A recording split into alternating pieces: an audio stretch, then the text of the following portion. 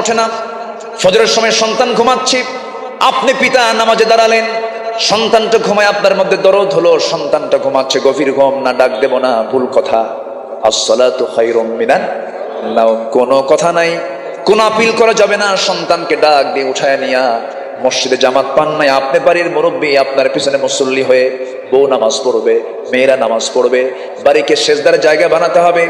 আমার নবীজি কোন কোন হাদিসের বর্ণনা, নবীজি ফরজটাকে মসজিদে প্রাধান্য দিয়ে বাকি নামাজগুলো মসজিদে পড়ার জন্য তাকিদ দিয়েছেন, বাড়িতে নামাজ পড়ার জন্য তাকিদ দিয়েছেন। কারণ বাড়িতে যদি নামাজের পরিবেশ সৃষ্টি হয়, ওই পরিবারটা জান্নাতের টুকরা হয়ে যায়। আমার সবচেয়ে বড় সম্বল হবে একদিন কয় ওয়াক্ত নামাজ। আসতে বলবেন না, কয় ওয়াক্ত নামাজ। নামাজের মধ্যে মজা পাওয়ার দরকার আছে না নাই? নামাজের মধ্যে সাহাবীরা মজা পেয়েছেন। কি মজা পেয়েছেন দেখেন, জাতুর রেখায় আমার নবীজি দুজন সাহাবীকে দায়িত্ব দিলেন যে আব্বাত এবং আম্মার, তোমরা দুজন সীমান্ত পাহারা দাও, শত্রু গতিবিধি লক্ষ্য করো, যেন কোনো শত্রু যেন আক্রমণ না করতে পারে। দুজনকে দায়িত্ব দিলেন, দুজন জাগিয়েছিলেন। হঠাৎ করে আম্মার বলছেন, ভাই আব্বাত, আমার একটু ঘুমের চাপ এসেছে, আমার প্রচন্ড ঘুম লাগতেছে, তুমি একটু পাহারা দাও, আমি একটু ঘুমাতে গেলাম। পাশেই শুয়ে পড়েছেন। সাইয়েদনা আব্বাস রাদিয়াল্লাহু তাআলা আনহু দাঁড়িয়ে তিনি পাহারা দিচ্ছেন। পাহারা দেওয়ার মাঝে মাঝে তিনি মনে মনে চিন্তা করলেন, শত্রু তো কোনো দিকে দেখি না, খামাখা দাঁড়ায় থেকে লাভ কি? ওযু বানালেন, ওযু বানায় নামাজে দাঁড়ায় গেলেন, তাহাজ্জুদের নিয়ত করলেন। প্রথম রাকাত খুব মনোযোগ দিচ্ছেন, যখন রুকুর দিকে যাবেন এমন সময় শত্রু দূর থেকে তীর মেরে দিয়েছে, তার ডান পায়ে সে তীরবিদ্ধ হয়ে গেছে, নামাজ ছাড়তেছেন না। ওই অবস্থায় প্রথম রাকাত পড়লেন, দ্বিতীয় রাকাতে দাঁড়ায় গেলেন। দ্বিতীয় রাকাতে যখন নামাজ পড়তেছিলেন, সূরা কিরাত পড়তেছিলেন, শত্রু দূর থেকে আরেকটা তীর মেরে দিয়েছে, বাম পায়ে লেগেছে। দুই পায়ে তীরবিদ্ধ হওয়া সাহাবী নামাজ ছাড়তেছেন না।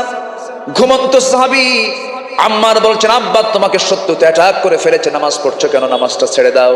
তবুও তিনি নামাজ ছাড়লেন না।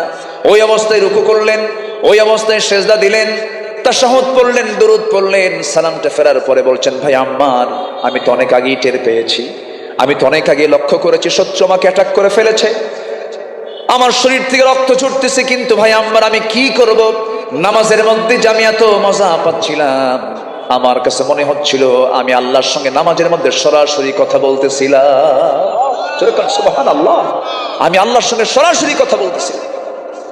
আল্লাহ রাব্বুল আলামিন বলেন, বালা মান কাসাবা সাইয়্যাতান ওয়া আহাতাত বিহি খাতিআতুহু ফাউলাইকা আসহাবুন নার হুম ফিহা খালিদুন। জোরে বলুন আল্লাহু আকবার।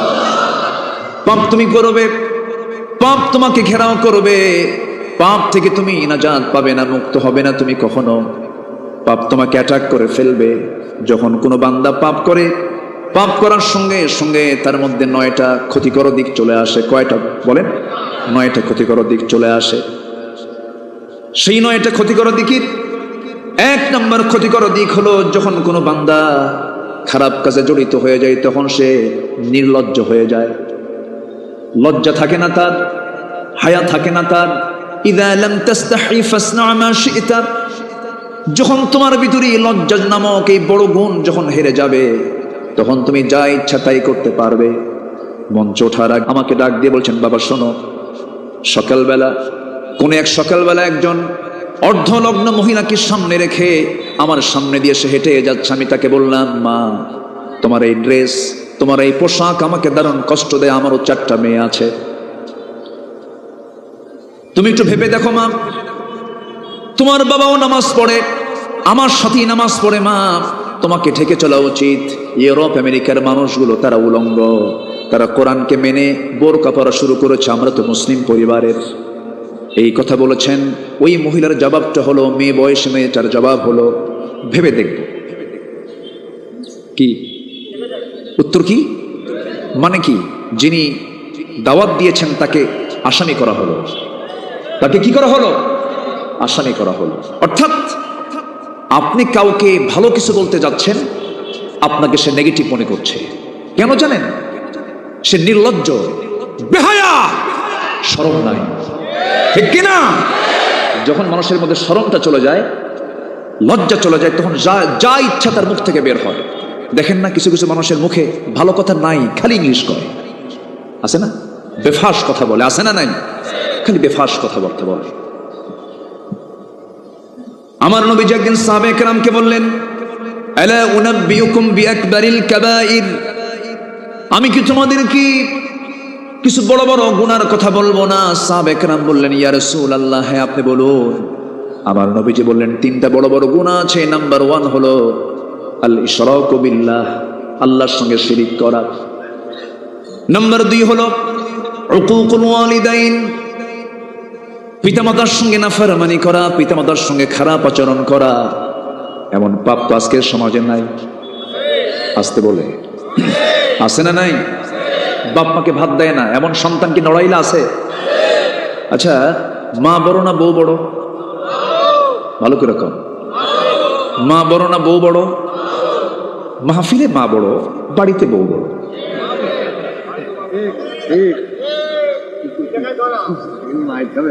নাকি শোনেন, পাশে কিন্তু বউরা বসে আছে অনেকে, ভালো কি রকম বলেন, মা বড় না বউ বড়? বাড়িতে ঠিক থাকবে তো? ঠিক থাকবে তো বাড়িতে? এটা যেন মাথায় থাকে। দোয়া কবুলের জায়গা কোথায় আর মানুষ যায় কোথায়? চলে যায় বাবার দরবারে। কার দরবারে? সে বাবার নাম কি জানেন? ন্যাংটা বাবা। চলে গেছে। যারা হিন্দু ভাই, তাদের তো মা অনেক। আমি কোনো ধর্মকে কিন্তু কটাক্ষ করছি না, ইসলাম মানা করে দিয়েছে, লা তাসুব্বুল আসনাম, কোনো মূর্তিকে তোমরা গালি দিবা না, অন্য ধর্মকে কটাক্ষ করে কোনো কথা বলবা না।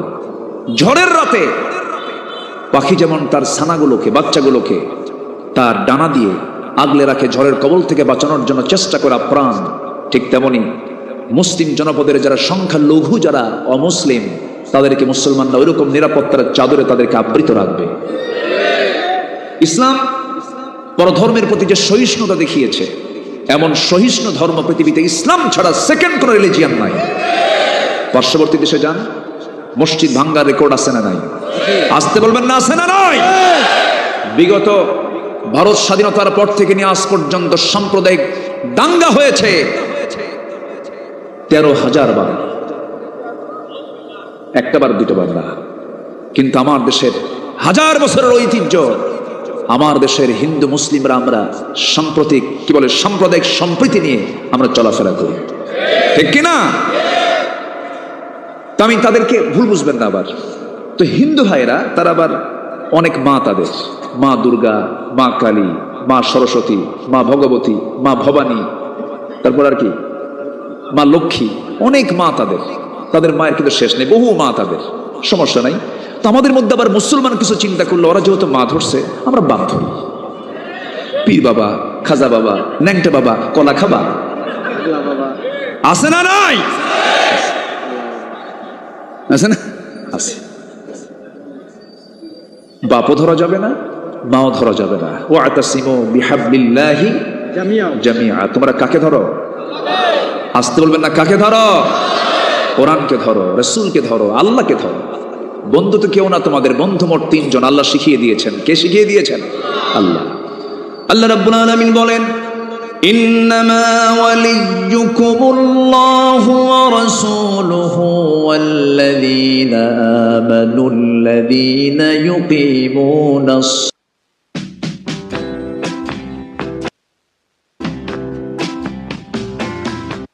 সালাহ يقيمون الصلاة ويؤتون الزكاة وهم راكعون জোরে বলুন আল্লাহু আকবার। সূরাতুল মায়েদা আয়াত নাম্বার 55। আল্লাহ রাব্বুল আলামিন বলেন, তোমাদের তো জীবনের বন্ধু হবে 3 জন। নাম্বার 1 হচ্ছেন তিনি যিনি তোমাকে সৃষ্টি করেছেন, যার হাতে তোমার প্রাণ, তিনি তোমার আল্লাহ। নাম্বার 2 হলেন তোমার রাসূল।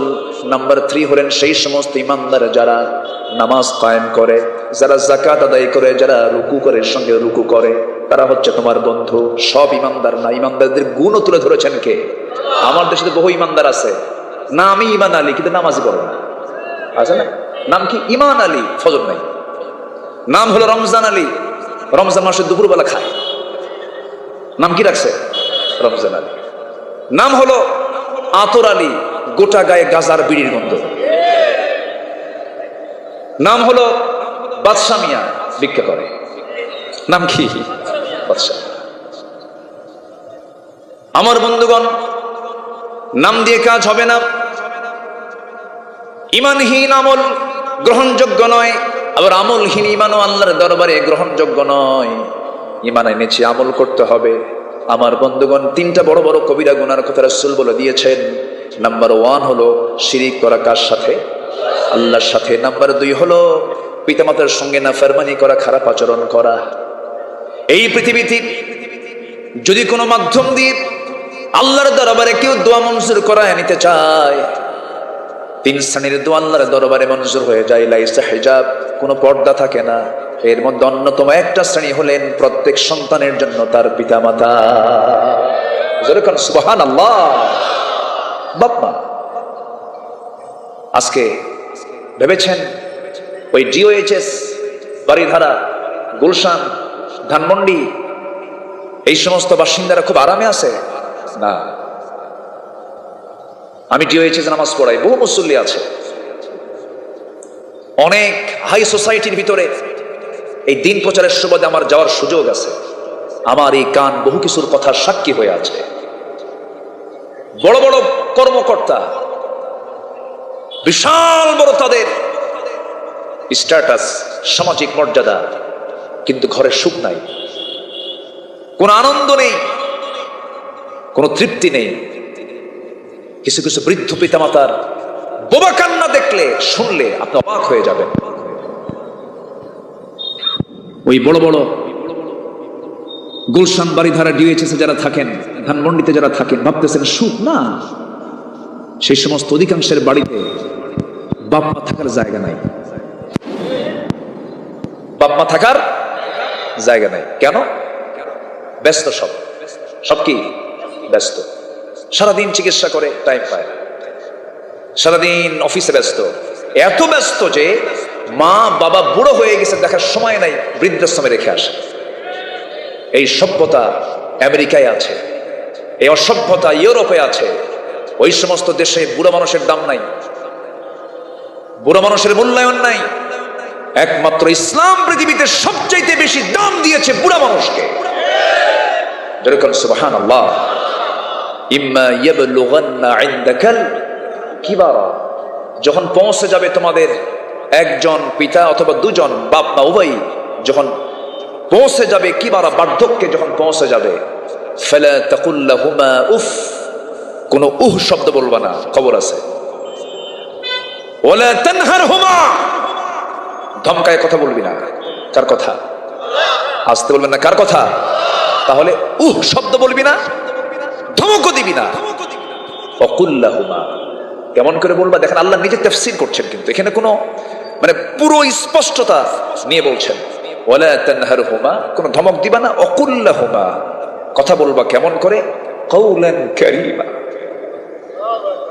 কাওলান কারীমা, সবচেয়ে সম্মান দিয়ে কথা বলবা। তোমার কাছে রাজা, মন্ত্রী, প্রেসিডেন্ট, এমপি, সব যত বড় বড় অনার ব্যক্তি তোমার কাছে মনে হয়, তার চেয়েও দামি তোমার দৃষ্টিতে রাখতে হবে তোমার মা এবং বাবা। যেরকম সুবহানাল্লাহ, যেরকম সুবহানাল্লাহ। আমার নবীজি মেরাজ করতে গিয়ে জান্নাত দেখলেন। একজন সাহাবীর কণ্ঠ তিনি শুনতে পেলেন, কিন্তু সেই সাহাবী দুনিয়াতে আছেন। আমার নবীজি মেরাজ সম্পন্ন করে এসে দুনিয়ার বুকে এসে বললেন, ও আমার সাহাবী, জান্নাতের মধ্যে আমি তোমাকে দেখি নাই, কিন্তু তোমার কণ্ঠ আমি জান্নাতের মধ্যে শুনে আসলাম। আমার মনে হলো তুমি আমার পাশে আছো, কিন্তু চেয়ে দেখি নাই তুমি এমন কি আমল করেছো? ও আমার সাহাবী বলো। সাহাবী কেঁদে কেঁদে বলছেন, ইয়া রাসূলুল্লাহি, এই জাগতিক জীবনে সবচাইতে যদি বেশি দাম দেয়, 1 নাম্বার আমি আল্লাহকে সবচাইতে বেশি সম্মান করি। নাম্বার 2 আপনার বিশ্ব নবী। এই 2 জনের পরে আমি সবচাইতে বেশি দাম দিই যাকে, তিনি হলেন আমার জনম দুঃখিনী মা, আমার বাবা। জোরে কোন সুবহানাল্লাহ। সবচেয়ে বেশি সম্মান দিই আমি 2 জনকে। রাসূল বলেন, এই জন্য আমি তোমার আওয়াজ আমি জান্নাতে শুনে আসলাম। জোরে বলি সুবহানাল্লাহ। তাহলে দুনিয়াতে থেকেই জান্নাতের সিগন্যাল হয়ে গেছে। কার খেদমত কইরা, কার সম্মান করে, কার সম্মান করে। বাপ মা বুড়ো হয়ে গেলে কোনো চাকরির অজুহাত দেওয়া যাবে না, কোনো ব্যস্ততার অজুহাত দেওয়া যাবে না। হাজারো কাজে ব্যস্ত থাকার পরেও মা তোমার শিশু অবস্থায় তোমাকেই টাইম দিয়েছে। আসতে কয়, আসতে কয়। যদি টাইম না দিতেন আমি বাঁচতাম? বাঁচতাম আমি? আমার গায়ের তেল, আমার নরম হাড়গুলো সুন্দর করে তেল দিয়ে মাখায় আমাকে তিলে তিলে আমাকে বড় করে দিয়েছেন মা। আমাকে মা বড় না করলে আমি তো বড় হতে পারতাম না। তার বিনিময় কিরকম যে বুড়া বয়সে আমার মা দেখার সময় নাই, আমার বাবা দেখার সময় না, আমি খুব ব্যস্ত। এই সমস্ত কথাগুলো তাদের মুখ থেকে বের হয় যাদের ভিতরে পারিবারিক ভাবে কোরআনের শিক্ষা দেওয়া হয় নাই। বরঞ্চ তার উল্টা কি যেন ভূত চেপেছে। মানব জন্ম এসেছে পুরুষ এবং নারী থেকে। ট্রান্সজেন্ডার কেন? ঠিক কিনা? ট্রান্সজেন্ডারের মধ্য দিয়ে কোনো মানব জন্মের সম্ভাবনা আছে? আসতে বলে আসে, আছে সম্ভাবনা আছে। যারা ট্রান্সজেন্ডারকে প্রমোট করতে চায়, এই ট্রান্সজেন্ডার এটা যারা হতে চায়, আমি আমার যেটা আমার মন্তব্য সেটা হলো এদেরকে একটা ভিন্ন জগতে পাঠায় দিয়া ওখানেই থাক, ওখানেই পড়ে থাকুক, ওদের তার বাচ্চা কাচ্চা হবে না, ওখানেই মরু করা। ঠিক কিনা? সমকামিতা এটাকে প্রমোট করার জন্য একটা মহল উঠে পড়ে লেগেছে। পার্শ্ববর্তী দেশে সমকামিতাকে মানে বৈধতা দেওয়ার জন্য তারা উঠে পড়ে লেগেছে। আমেরিকা, ইউরোপের বহু দেশে এই হোমোসেক্স, সেম সেক্সকে প্রমোট করা হচ্ছে এবং রাষ্ট্রীয় আকারে তারা পাশও করে নিয়েছে। আবার অন্যদিকে কিছু আশার দিকও আছে। ব্রিটেনের প্রেজেন্ট প্রাইম মিনিস্টার ভারতীয় বংশোদ্ভূত ঋষি সোনাক, তিনি বলেছেন a man is a man, a woman is a woman, that's just a common sense. Rishi Sunak বলেছেন একটা পুরুষ একটা পুরুষ, একটা নারী একটা নারী, এটা বোঝার জন্য বুদ্ধিজীবী হওয়া লাগে না, কমন সেন্সই যথেষ্ট। আমার দেশে কিছু ধ্বজভঙ্গ রোগী বের হয়েছে, আছে না নাই? বলেন আছে না নাই?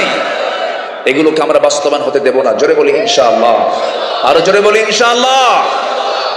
সন্তানের হাতে তুলে দেব কোন কিতাব? বলেন আল কোরআন। আসতে বলবেন না, কোন কিতাব? কোরআনকে তুলে দেব, নিশ্চিন্তে থাকবো, কোনো টেনশন হবে না। বুড়াকালে আপনার সন্তান শিখবে কেমন করে খেদমত করতে হয় কোন কিতাবে। এই কিতাব ছাড়া পৃথিবীর কোন কিতাবে আপনি পাবেন না, এগুলো কোথাও নাই, কোথাও নাই, কোথাও পাবেন না আপনি। এমনও মুরব্বী কিছু আছে, ওই ঢাকার হাই সোসাইটির মুরব্বীরা বলে, হুজুর সন্তানকে এত বড় অফিসার বানালাম কেন, এত বড় কর্মকর্তা বানালাম কেন, ওরা যদি মূর্খ করে রাখতাম অন্তত আমার খেদমত করতে বুড়া বয়সে। তাহলে প্রত্যেক পরিবারে পারিবারিকভাবে দ্বীনি শিক্ষা দেওয়ার প্রয়োজন আছে না নাই? আসতে বলবেন না, আছে না নাই? আচ্ছা, একটু কান লাগাবেন। পাপের কাছে যাওয়া যাবে না। যখন কোনো বান্দা পাপ করে তার মধ্যে 9টা নিন্দনীয় জিনিস চলে আসে, ক্ষতিকর দিক চলে আসে। ওই দিকে রাসূল বলেছেন গুনাহে কবিরা হলো 3টা, 2টা বলেছি, মনে আছে আপনাদের?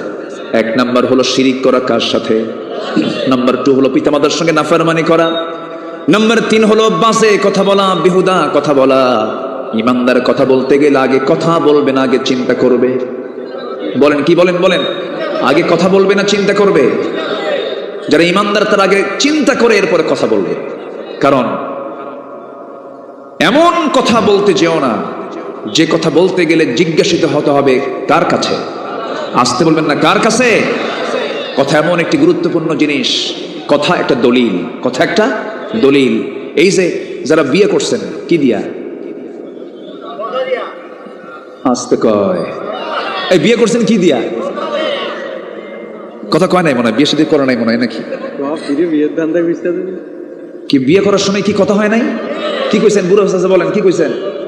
দেখেন জোরে জোরে কবুল কবুল, দেখেন তাহলে এটি কি কথা না? তাহলে কথা একটা আইন, কথা একটা কি আইন। সম্মানিত ভাইয়েরা, আমি কেন বললাম চিন্তা করে কথা বলা উচিত? প্রায় আমার ফোনে একটা বিষয় প্রায় ফোন আসে।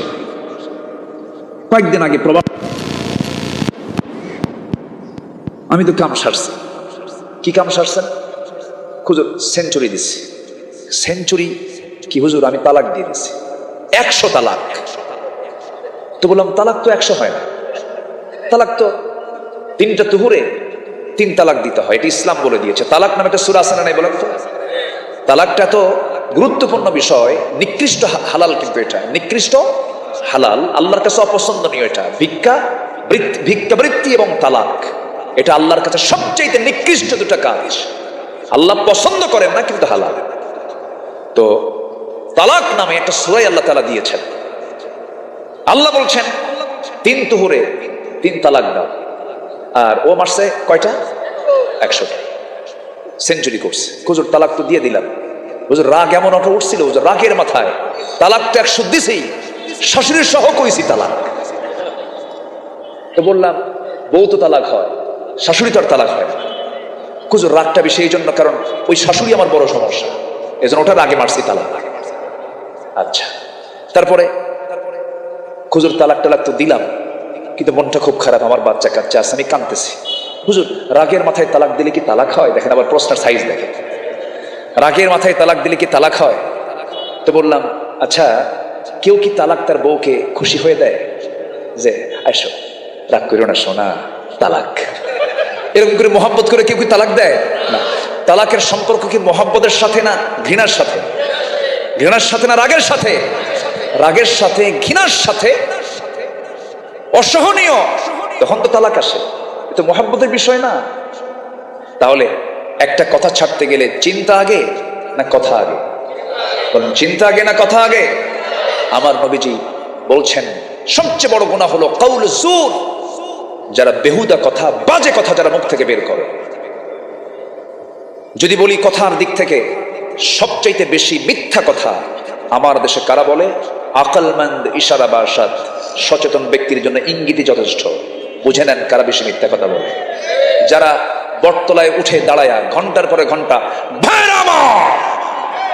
আছে না, এরকম আছে না? জীবনে বহু সাফা শুনছি আমরা, সব সাফাবাজি, একটাও সত্য কথা নয়, ঠিক কিনা? একটাও সত্য কথা নয়। যে নেতৃত্ব দিতে গিয়ে মিথ্যার আশ্রয় নিতে হয়, সেই নেতৃত্বের মুখে আমরা জুতা মারি, থুতু মারি। সেই নেতৃত্বকে আমরা বরণ করে নেব যে নেতৃত্ব দিয়েছেন মুহাম্মদ সাল্লাল্লাহু। রাসূল কি দেশ চালাননি? তিনি কি বিচার করেননি? তিনি কি সমাজ চালান নাই?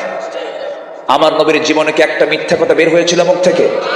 মুখ থেকে বের হয়েছিল? বের হয়েছিল। সম্মানিত ভাইয়েরা, এই সমস্ত কবিরা গুনাহগুলো আমরা ছেড়ে দেব। জোরে বলি ইনশাআল্লাহ। খারাপ কোনো বন্ধু যুবকরা নির্বাচন করবা না। যে বন্ধু তোমাকে ইয়াবা তুলে দেবে, নেগেটিভ করে দিবা। যে বন্ধু তোমাকে মদের বোতল তুলে দিবা, ওকে রিজেক্ট করে দেবে। যে বন্ধু তোমার চরিত্রকে হনন করতে চায়, তাকে ছেড়ে দিবা, কারণ তোমার হিসাব তোমাকে দিতে হবে। দুনিয়াতে যার একটা ভালো বন্ধু আছে, দুনিয়াতে যার একটা ভালো বন্ধু আছে, এই বন্ধু তার কিয়ামতের দিনও কাজে লাগবে। জোরে কোন সুবহানাল্লাহ। ভালো বন্ধু কাজে লাগবে কেমনে? ওই ভালো বন্ধু যদি জান্নাতি হয়ে যায়, আল্লাহ বলবেন এই জান্নাতি বান্দা, একা একা জান্নাতে যাস কেন? তোর কি কোনো বন্ধু বান্ধব নাই? হ্যাঁ আছে তো আল্লাহ, আমার তো দুনিয়াতে বহু বন্ধু বান্ধব ছিল। তোর প্রিয় বন্ধু যারা, তাদেরকে তুই সহ জান্নাতে নিয়ে যা। গাঁজা খাওয়া বন্ধু না, বোঝেন নাই? গাঁজা খাওয়া বন্ধু হতে হবে নামাজি বন্ধু, পরহেজগার বন্ধু। আমরা হব। জোরে বলি ইনশাআল্লাহ। জোরে বলি ইনশাআল্লাহ। যুবকরা নোংরামি করবা না, শান্তি নাই। বিবাহ পূর্ব কোনো রিলেশন করবা না, হারাম কোনো পন্থা অবলম্বন করবা না, কোনো শান্তি নাই। আমার চোখে আমি দেখিনি এরকম যে অবৈধ সম্পর্কের মধ্য দিয়ে যারা তাদের জীবন শুরু করেছে, স্বামী স্ত্রী জীবন শুরু করেছে অবৈধ সম্পর্কের মধ্য দিয়ে, সেখান থেকে ভালো কিছু প্রজন্ম তৈরি হবে, আমি এমন নজির আমার জীবনে পাই নাই। এজন্য জীবনের শুরুটা করবে খারাপ না ভালো দিয়া? খারাপ না ভালো দিয়া? যখন কোনো মহিলার দিকে তাকাবে, ভাববে আমার বাড়িতে একটা বোন আছে, আমার বাড়িতে আমার মা আছে। এক সাহাবী নবীর কাছে এসে বলে, হুজুর সব বাদ দেব, জেনা বাদ দিতে পারবো না।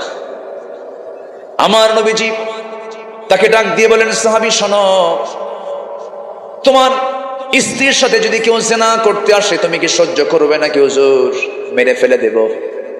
তোমার মার সঙ্গে জেনা করতে যদি কেউ আসে, তুমি কি সহ্য করবা নাকি হুজুর? অসহনীয় হয়ে যাবে, সহ্য করতে পারবো না।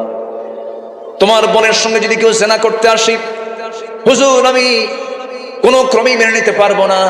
ও সাহাবী, তুমি যার সঙ্গে জেনা করতে চাও সে তো কারো না কারো বোন, কারো না কারো মা, কারো না কারো মেয়ে। সাহাবী চোখের পানি ফেলতে ফেলতে রাসূলকে লক্ষ্য করে বলছেন, ইয়া রাসূলুল্লাহ, আপনি সত্যি বিশ্ব নবী, আল্লাহর কসম আজকে থেকে সকল প্রকার অপকর্ম বন্ধ করে দিলাম। যেরকম সুবহানাল্লাহ। মাকে সম্মান দেওয়া শিখুন, নারীকে সম্মান দেওয়া শিখুন। নারীকে সম্মান দেওয়া মানে মার আপদ মস্তকটাকে ঠেকে দিন। মাকে পণ্য সামগ্রী বানাবেন না। এমন কিছু অসভ্য বাপ আছে, নিজের মেয়েকে মঞ্চে তুলে দিয়া অর্ধলগ্ন করে নাচায় আর বাপ হাতের তালি মারে। এরকম অসভ্য বাপ আছে না নাই? থাপড়ে 32 দাঁত ভাঙার দরকার এই সমস্ত বেয়াদব বাপদের, ঠিক কিনা? এগুলো করা যাবে না। সুন্দর চরিত্র গঠন করতে হবে। যুবক, তুমি একজন একা বাংলাদেশ, তোমাকে সাজাতে হবে দেশকে। তোমার সবচাইতে বড় অস্ত্র হলো তোমার আদর্শ, তোমার চরিত্র।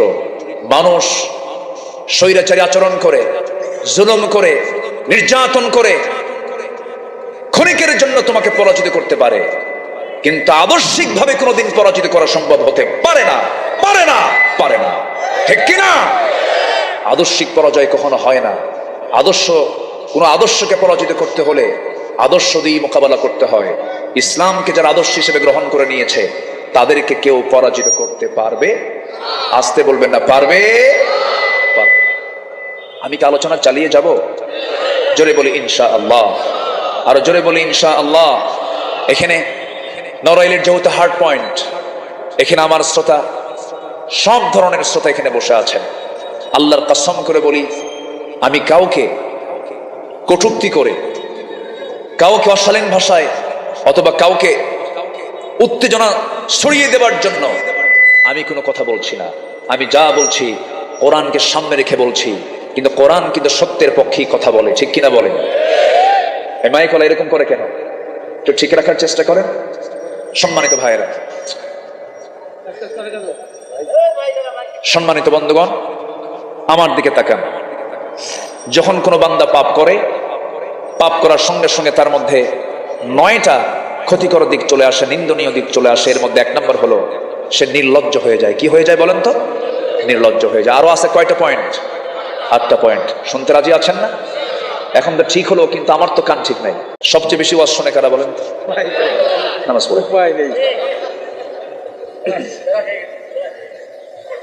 ভালো হয়ে যাবে। জোরে বলি ইনশাআল্লাহ, আর জোরে বলি ইনশাআল্লাহ। 1 নম্বর হলো নির্লজ্জ হয়ে যায় সে। নাম্বার 2 হলো সৌন্দর্য নষ্ট হয়ে যায়। পাপ কাজ করলে পরে তার কোনো সৌন্দর্য থাকে না, কাজের সৌন্দর্য থাকে না, চেহারার সৌন্দর্য থাকে না। এলোমেলো জীবন তারপর শুরু হয়ে যায়, তার মধ্যে সৌন্দর্যগুলো হারিয়ে যায়। আমার বন্ধুগণ, যে বিড়ি খায়, বিড়ি খাওয়ার চিহ্ন চেহারায় আছে না নাই? আসতে বলবেন না, আছে না নাই? বিড়ি খেলে কি কালো হয়? ঠোঁট। বিড়ি দেখলেই বোঝা যায় এটা বিড়ি খোর। কি খোর বলেন? বিড়ি খোর, বিড়ি খায়। পাপ করবেন, বালা মান কাসাবা সাইয়্যাতাও ওয়া আহাতাত বিহি খাতিআতুহু, আপনাকে পাপ ঘেরাও করে ফেলবে। বিড়ি খায়। Welcome to Proxy Cheap. Here you can find all the proxies you need. If you আমার দেশে বিড়ি খাওয়া মুসলমান কম না বেশি? আলহামদুলিল্লাহ। কি বলবেন বলেন? জোরে খান, আরো জোরে বলুন। বিড়ি খাওয়া মুসলমান বেশি। শীতের দিনে বিড়ি আরো কম চলে না বেশি চলে? বেশি চলে।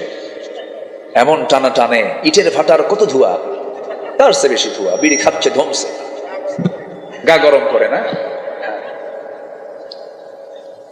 বিড়ি খাওয়া যাবে না। আবার মাহফিল এসে প্রশ্ন করে, হুজুর বিড়ি খাওয়া কি জায়েজ আছে? মানে উনি জায়েজের চেষ্টায় আছেন। আবার আছে না নাই বলেন? বিড়ি খাওয়া জায়েজ না না জায়েজ হুজুর বেশি জানে না ডাক্তার বেশি জানে? পৃথিবীর কোন ডাক্তার কি বলে যে বেশি করে বিড়ি খান স্বাস্থ্য ঠিক রাখে? বলে কে? যেটা আপনার স্বাস্থ্য সম্মত না সেটা কি ইসলাম কোনোদিন জায়েজ করতে পারে? জায়েজ করতে পারে? বিড়ি খাওয়া যাবে না। পাপ করবেন আপনি, পাপ আপনাকে ঘেরাও করে ফেলবে। ওয়ালা তুলকু বিআইদিকুম ইলা তাহলুকা, নিজকে ধ্বংসের দিকে ঠেলে দেওয়া যাবে না, নেশার জগতে পা দেওয়া যাবে না, মদের বোতল নিয়ে বসা যাবে না যুবক, মদের কাছে যাবে না। মদ হলো সমস্ত পাপের মা। আল খামরু উম্মুল খাবাইস, মদ হলো সমস্ত পাপের মা বলেছেন মুহাম্মদুর রাসূলুল্লাহ সাল্লাল্লাহু আলাইহি সাল্লাম। কেন মদকে সমস্ত পাপের মা বলা হলো? মদ খেলে তাল না মাতাল? মদ খাইয়া নিজের মেয়ে কোনটা নিজের বউ কোনটা অনুমান করতে পারে না, নির্দিষ্ট করতে পারে না।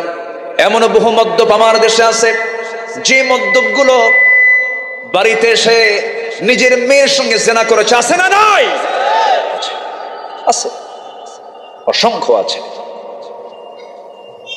মদ্যপান করে ছেলে বউয়ের সঙ্গে জেনা করেছে, অনেক চিঠি আমাদের কাছে জমা হয়।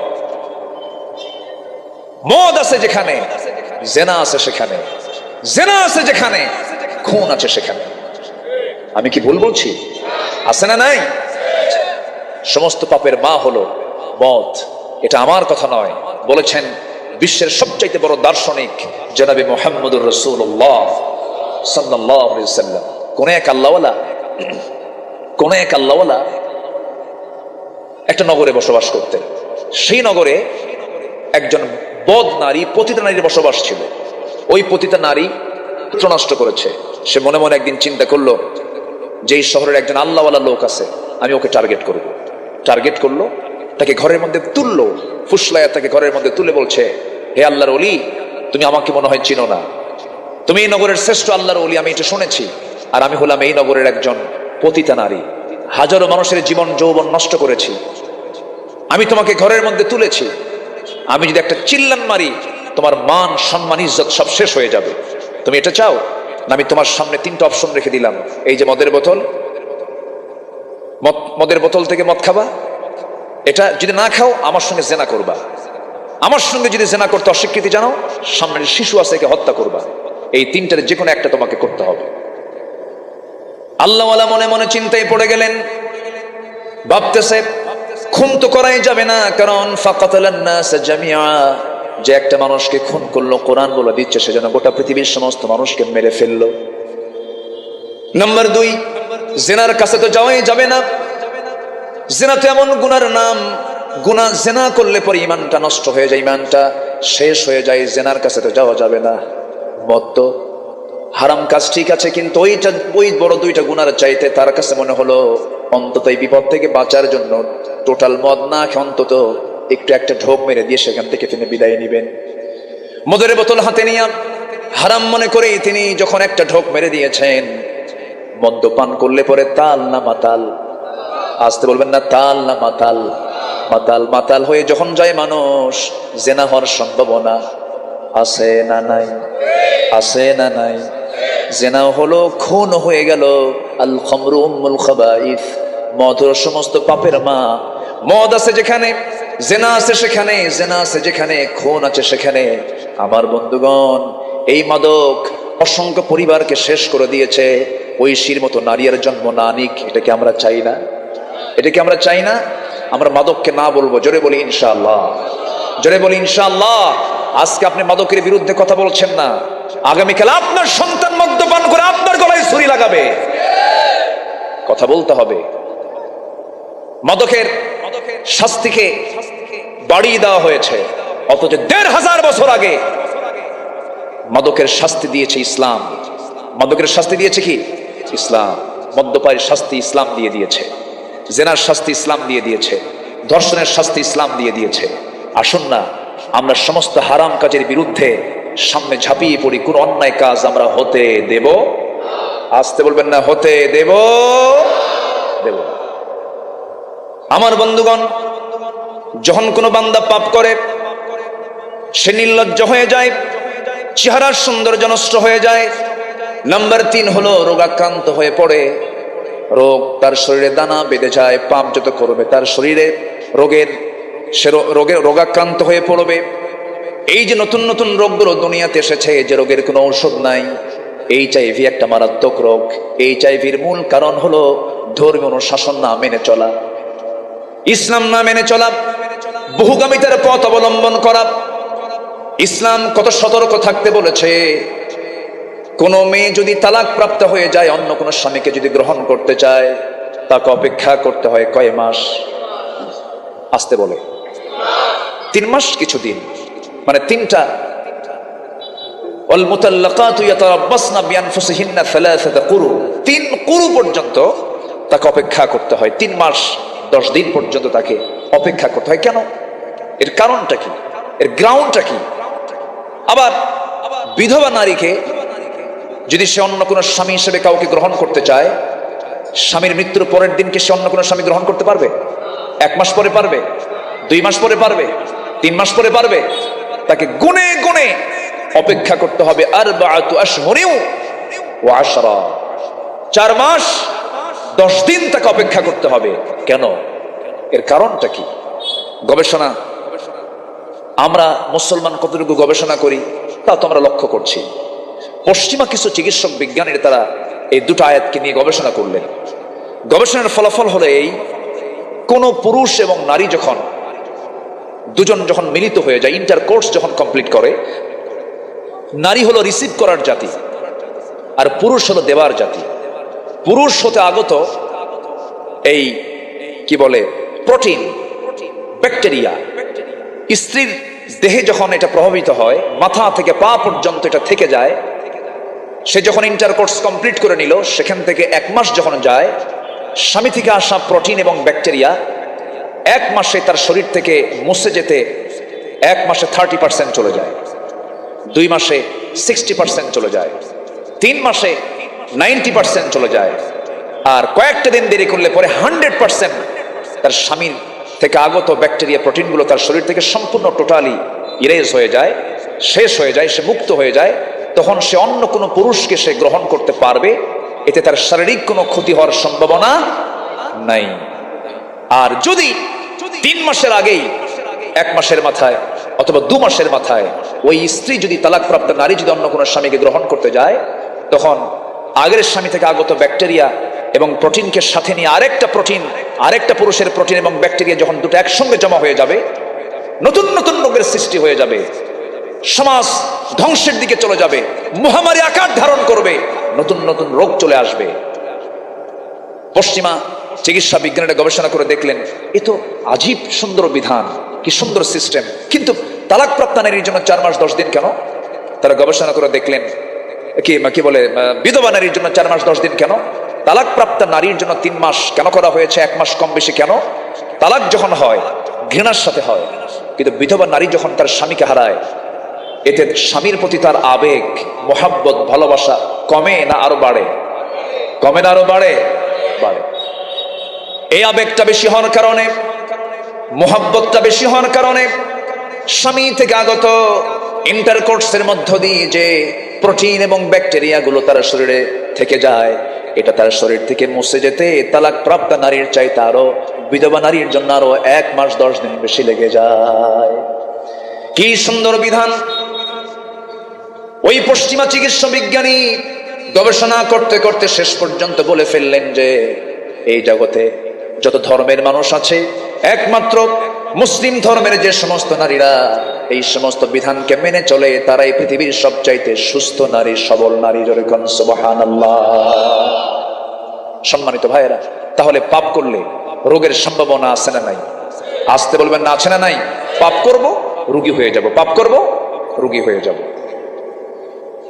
নাম্বার 4 হলো, যখন আপনি পাপ করবেন রিজিকটা বরকত শূন্য হয়ে যাবে, রিজিকের মধ্যে কোনো বরকত হবে না, সন্তানগুলো কথা শুনবে না। হারাম কামাই করে আনছেন, ঘুষের টাকা নিয়ে আসছেন, সন্তান পিস্তল কিনবে, আপনার মাথায় সন্তান পিস্তল ঠেকাবে, এমন সন্তান তো বাংলাদেশে নাই। আছে না নাই? আচ্ছা, পিস্তল বাবার মাথায় ঠেকায় বলে দে, কি আছে দিয়ে দে, ইয়াবা খাবো, নেশা করব, আছে না নাই? তাহলে আপনি 1000 কোটি টাকার মালিক হলেন, কিন্তু রিজিকে কোনো বরকত আছে? আসতে বলেন, রিজিকে কোনো বরকত আছে? বরকত নাই। রিজিকটাকে বরকতময় করার জন্য পাপকে ছেড়ে দিতে হবে, রিজিকটাকে বাড়িয়ে দেবার জন্য সমস্ত পাপকে নিজের জীবন থেকে মাইনাস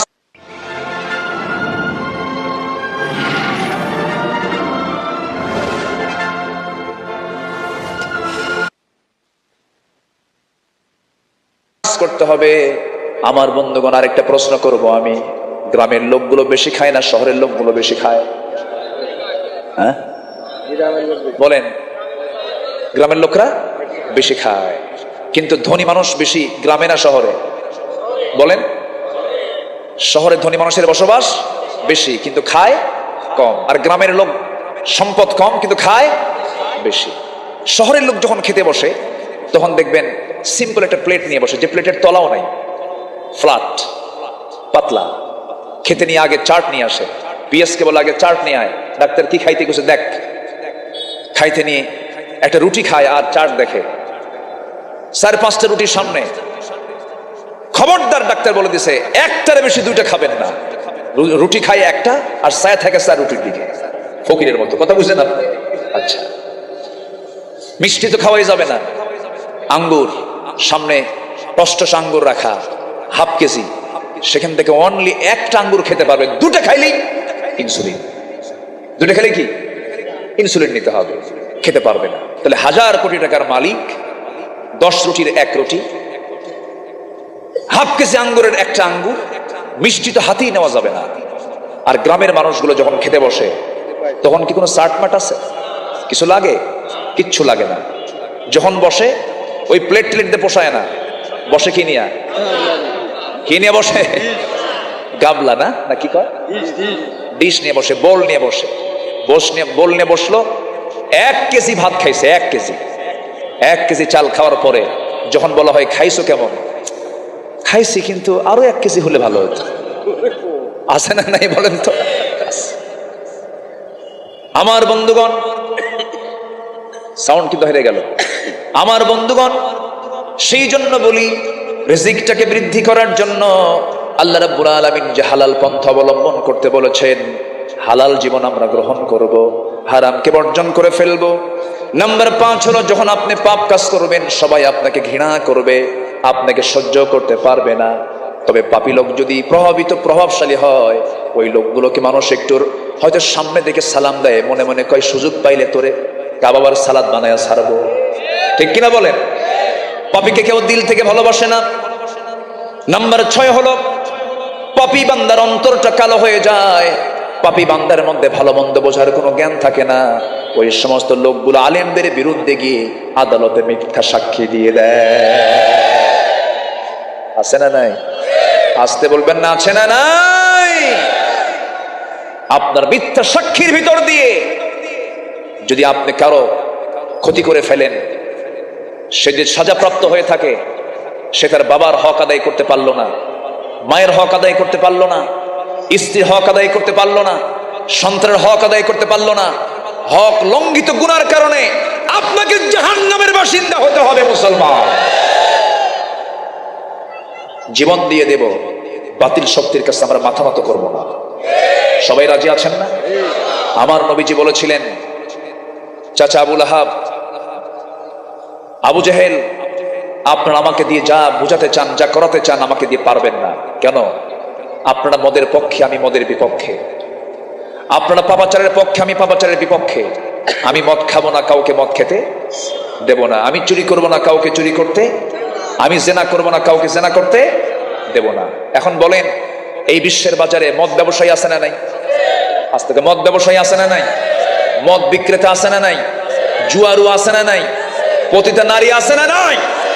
বৈশ্বিক বার্ষিক গড়ে গোটা দুনিয়া জুড়ে মদ বিক্রির পরিমাণ হলো $1600 বিলিয়ন। এরপরে জুয়ার কারবার হলো $200 বিলিয়ন। পতিতাবৃত্তির কাজ হয় বছরে বৈশ্বিকভাবে $400 বিলিয়ন। কম্পিউটার গেমস, এই অবৈধ ফ্রি ফায়ার, পাবজি, $54 বিলিয়ন। এই যে অবৈধ মদ, জুয়া, অবৈধ সোনা কারবারি, অস্ত্র বিজনেস, এই সমস্ত অবৈধ কাজে গড়ে প্রায় বছরে $2685 বিলিয়ন বৈশ্বিক ব্যবসা বাণিজ্য করে যারা, তারা কি কখনো চাবে এই সমাজে ইসলাম আসুক? আসতে পারি ইসলাম আসুক? এরা চাবে? যারা চায় না, যারা এগুলোর সঙ্গে জড়িত, তারা সবগুলো আবু জেহেলদের প্রেতাত্মা, আবু জেহেলদের প্রেতাত্মা। ঠিক কিনা?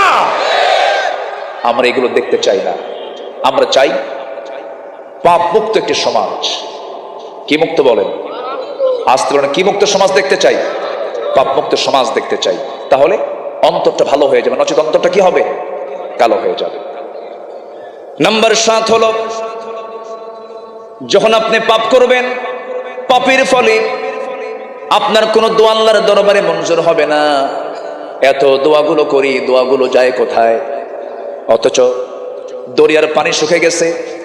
সাইয়েদনা ওমর ফারুক রাদিয়াল্লাহু আনহুর সামনে জনগণ এসে বলতেছে, সাইয়েদনা ওমর, চাষাবাদ বন্ধ হয়ে গেল, জমিন ধুলাই মলিন হয়ে গেল, কোন আবাদ ফসল নাই, খরা পড়ে গেছে, বড় মুসিবতের মধ্যে আমরা আছি, কি করা যায়? সাইয়েদনা ওমর ফারুক রাদিয়াল্লাহু তাআলা আনহু সঙ্গে সঙ্গে করলেন কি? একটা চিঠি প্রস্তুত করলেন। চিঠি প্রস্তুত করে বললেন, ও আমার ভাইরা, এই চিঠিখানা দরিয়ার ঠিক মাঝখানে ছেড়ে দাও। দরিয়ার ঠিক মাঝখানে যখন ওমর লিখিত যখন চিঠিটা ফেলে দিয়েছে, এমন পানি চতুর্দিক থেকে স্রোত যখন শুরু হয়ে গেছে, উপচে পড়া পানি দিয়া ধুলাই মলিন জমিনটা সবুজের শ্যামলে রূপান্তরিত হয়ে গেছে। জোরে কান সুবহানাল্লাহ। তৎক্ষণাৎ দোয়া কবুল হয়ে গেছে। কেন? যখন কোনো বান্দার মধ্যে পাপ থাকবে না, দোয়া কবুল করবেন কে? আসতে বলেন, দোয়া কবুল করবেন কে? আল্লাহ তাআলা। আমার ভাইয়েরা, আমার আজকে আলোচনার সাবজেক্ট হলো পাপ মুক্ত জীবন গড়ব কেমনে, হারামটা আমরা ছেড়ে দেব। দোয়া কবুলের অন্যতম শর্ত হলো হারাম কোনো খাদ্য নিজের দেহের মধ্যে তোলা যাবে না। মহান রব্বুল আলামিন সুন্দর করে বলছেন, ইয়া আইয়ুহান নাসু কুলু মিম্মা ফিল আরদি হালালান তাইয়্যিবা। বান্দা, ও মানব মণ্ডলী, তোমরা এই জমিনে যা খাবে হালাল খাবে এবং পবিত্র খাবার খাবে। হারাম খাবারে কিন্তু আরাম পাওয়া যাবে না। হারাম খাবারে আমরা যাব না। জোরে বলি ইনশাআল্লাহ। আরো জোরে বলি ইনশাআল্লাহ।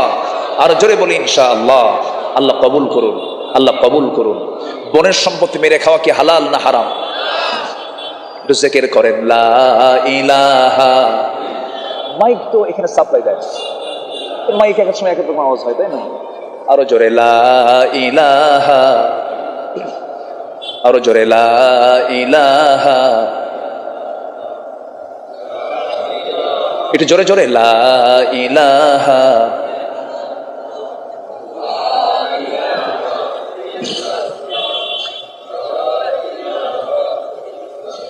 লা ইলাহা ইল্লাল্লাহু মুহাম্মাদুর রাসূলুল্লাহ সাল্লাল্লাহু আলাইহি ওয়াসাল্লাম। সম্মানিত ভাইয়েরা, আল্লাহ তাআলা এরপরে বলছেন, যদি তুমি পাপ করো, ফাউলাইকা আসহাবুন নার, এরাই হবে জাহান্নামের বাসিন্দা এবং সেই জাহান্নামে তারা হুম ফিহা খালিদুন, চিরকাল সেখানে তারা অবস্থান করবে। যেখানে আল্লাহ তাআলা ভয়ঙ্কর জাহান্নামের কথা বলেছেন, সেখানে আবার জান্নাতের কথা বলে দিয়েছেন। আমি কি আলোচনা শেষ করে দেব? তো দু একজন লোক যে ওঠে, ওই যে দু একজন যে উঠতেছে, হ্যাঁ, ও নিম্নচাপ, আচ্ছা ঠিক আছে, একটু বসেন, একটু বসেন। আর একটু সময়, আমি একটা আয়াত শেষ করলাম, আর দুটো আয়াত আমি আক্ষরিকভাবে বলে দেবো। একটু বসেন, শেষ ফিনিশিংটা আমরা করে যাই। জোরে বলি ইনশাআল্লাহ। আর জোরে বলি ইনশাআল্লাহ। আল্লাহ তাআলা যেখানে জাহান্নামের কথা বলেছেন, সেখানে আবার কিসের কথা বলেছেন? জান্নাতের কথা বলেছেন। আল্লাহ চান না কোনো বান্দা জাহান্নামে যাক। আল্লাহ চান সব বান্দাই জাহান্নাম পাক।